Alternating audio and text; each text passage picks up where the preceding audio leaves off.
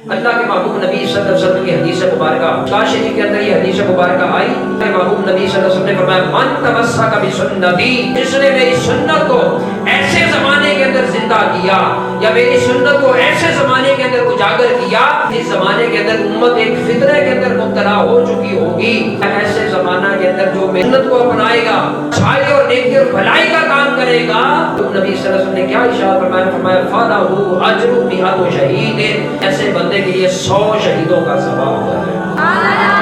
کیا فرمایا؟ فَلَهُ أَجْرُ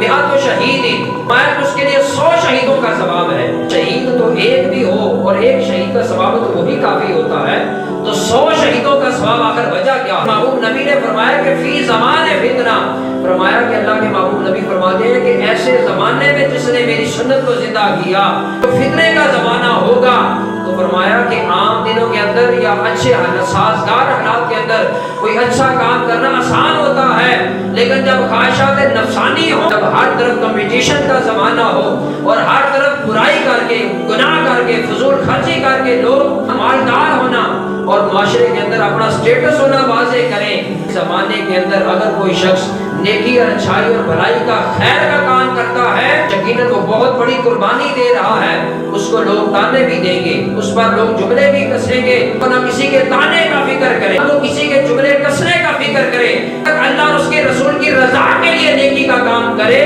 کہ وہ عمل بہت بڑا ہے، اس لیے اللہ تعالیٰ نے 2 4 5 10 نہیں بلکہ 100 شہیدوں کا ثواب عطا کرنے کا وعدہ فرما رکھا ہے۔ اس بات کی تائید کریں گے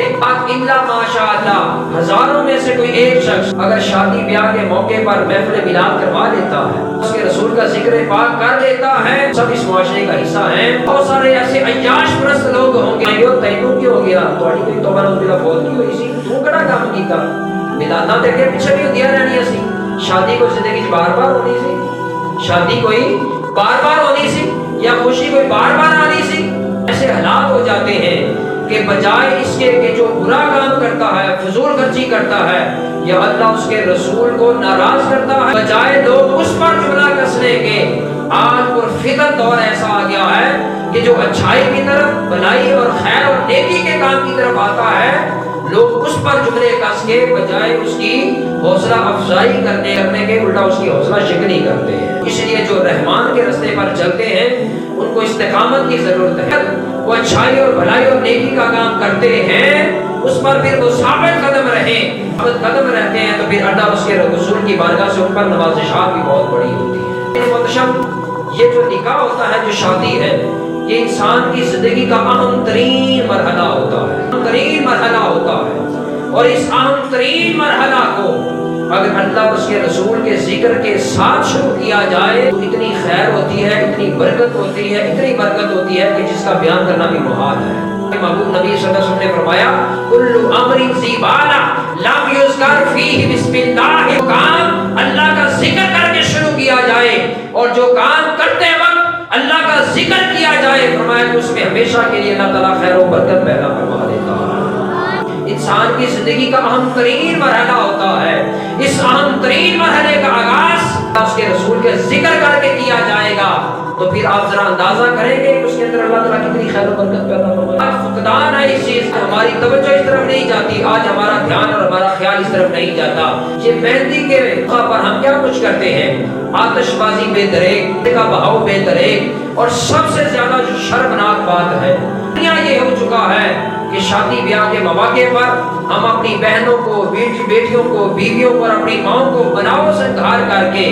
مہندیوں کے مواقع پر بناؤ سنگھار کر کے پھر ان کو گلی بازاروں سے گزارا جاتا ہے، شمع روشن ہوتی ہیں، ایک محلے سے مہندی دوسرے محلے میں یا ایک بازار سے مہندی اٹھا کر دوسرے بازار میں لے جائی جا رہی ہے، اور ساتھ ڈھول ڈھمکا بھی کیا جا رہا ہے، توتی باجا بھی کیا جا رہا ہے، آتش بازی بھی کی جا رہی ہے، اور وہ سب کے سامنے ہمارے گھر کی عزتیں اور وہ ہماری عزت و آبرو ہیں جن کو ہمیشہ پردے میں رکھنے کا اللہ اس کے رسول نے حکم دیا تھا، عزتوں کو خود ہم اپنی آنکھوں کے سامنے سرے بازار میں کرا رہے ہیں۔ ہوتا ہے یا نہیں ہوتا، ایمان سے بتائیے۔ اس کے ساتھ ساتھ مہندی کی جو رسم ہوتی ہے، اس مہندی کی رسم پر فضول خرچی ہم اتنی زیادہ کرتے ہیں۔ اگر کوئی بھی شخص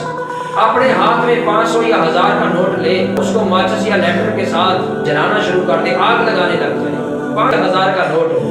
تو دیکھنے والے کیا کہیں گے؟ دماغی توازن خراب ہو چکا ہے۔